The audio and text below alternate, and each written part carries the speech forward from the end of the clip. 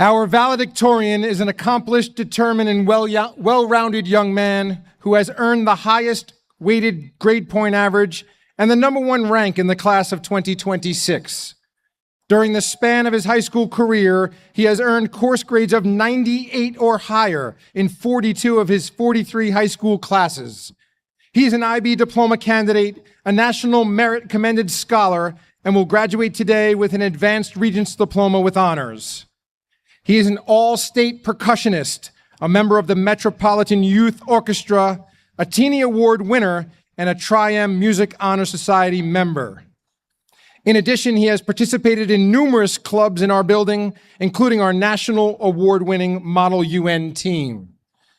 His high level of performance and achievement have prepared him well for attendance at NYU Steinhardt this fall, where he plans to study percussion performance. It is truly my honor to introduce the Bayshore High School class of 2026 valedictorian, Atticus MUUSS.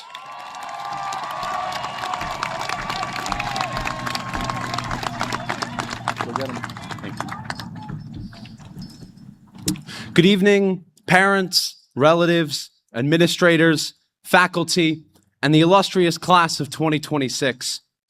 Before I say anything else, I must first recognize what an honor it is to represent you as the class of 2026 valedictorian and to have gone through this high school journey with you all, especially considering I've known a handful of you since kindergarten. Shout out to the dual language program. I've heard that what we know about a person is like what we can see of an iceberg. What you observe is only about 10%, and the other 90% hidden underneath you have no access to. I think it goes without saying that the vast majority of us have found a community during our time in high school, and if not that, at least a friend or two who have helped to guide us along.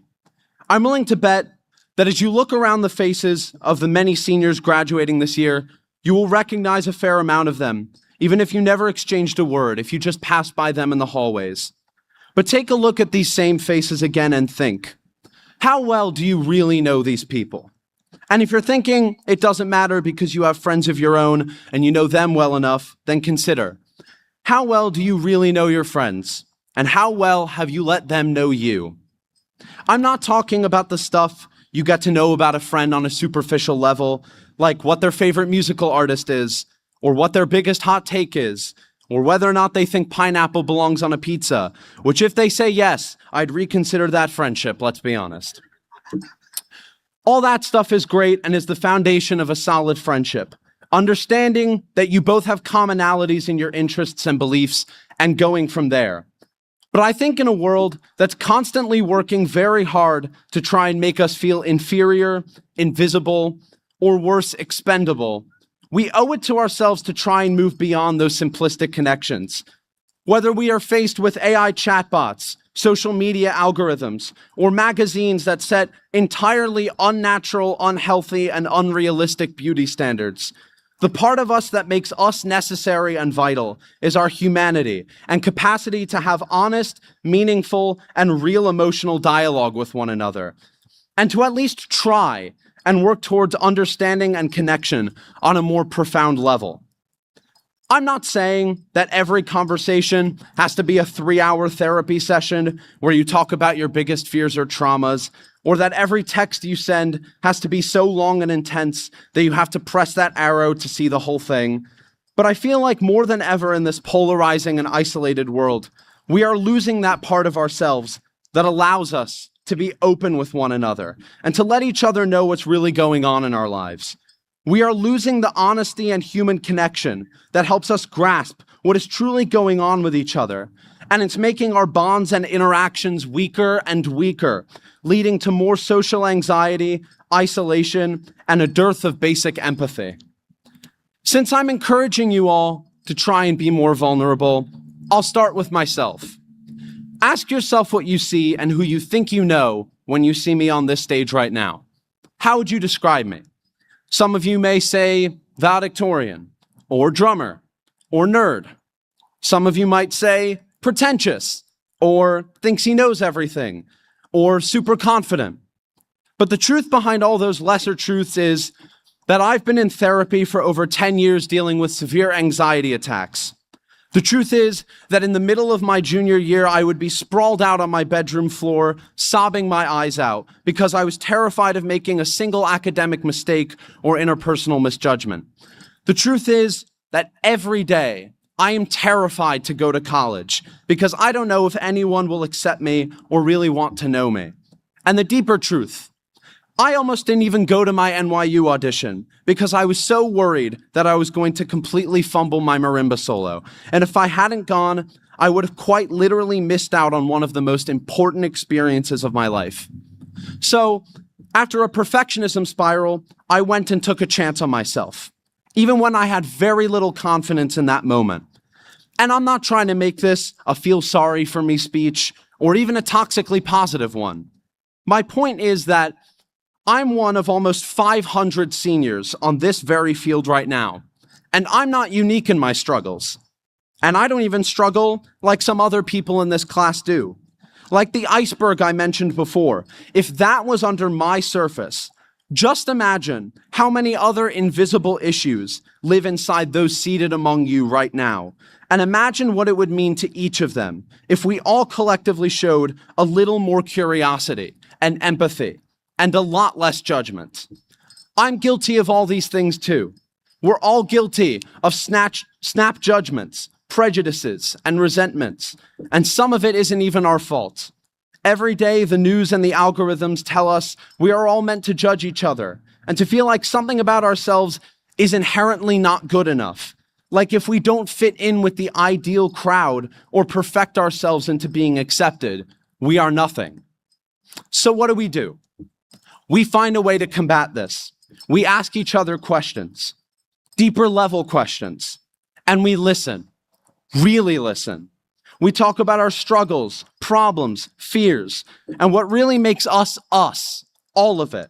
The kinds of things we usually suffer through on our own or worry are too much for others. It's our responsibility to do this as humans in order to build and maintain our shared humanity in this digital world.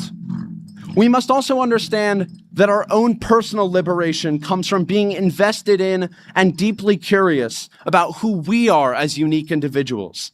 So many of us fall into a performance of who we are, and this is never more true than in the social experiment that is high school, where we pretend and fake it for applause, love, or approval, shape-shifting within each friend group or school activity we are in. I've learned the hard way that to really feel love from others, you really must be your quirky, imperfect, authentic self. For example, I can recite the entirety of the Monty Python Cheese Shop sketch, If You Know, You Know, and I make random hypothetical soccer brackets of imaginary tournaments that I reenact outside in my backyard. And although this may not come as a surprise to any of you, I can tell you which president got his clothes stolen while skinny dipping in the Potomac River. I can tell you which president's favorite food was cottage cheese and ketchup. And I can tell you which president was arrested for running over an old lady with a horse while in office. And if you want the answers to all of those, see me after. My point is, we all have weird stuff that we do and know, but we hide it because we're afraid of what people might think. When you make yourself into what other people want, even if they say they like you, you never really believe it because you'll know in your gut that they don't know the real you. So how could they? Being inauthentic robs us of real connection with other people and of the ability to truly love ourselves. I encourage everyone here to both ask yourself questions and to check in with each other.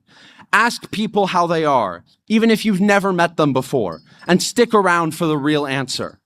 And if all you want to do is put your high school years behind you and look forward to the future, then take this mentality onwards to the people you will meet on your next journey.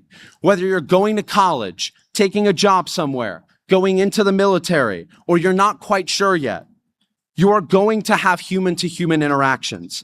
So I implore you to be open and not be afraid to be vulnerable and honest, because being kind to each other isn't just a choice. It might just save our lives and our world. That may sound dramatic, but I really believe that's what's at stake. Thank you to the class of 2026 for all the laughs, memories, and fun. I wish you authenticity, joy, and real connections with people who truly know you. Thank you for listening, and congratulations.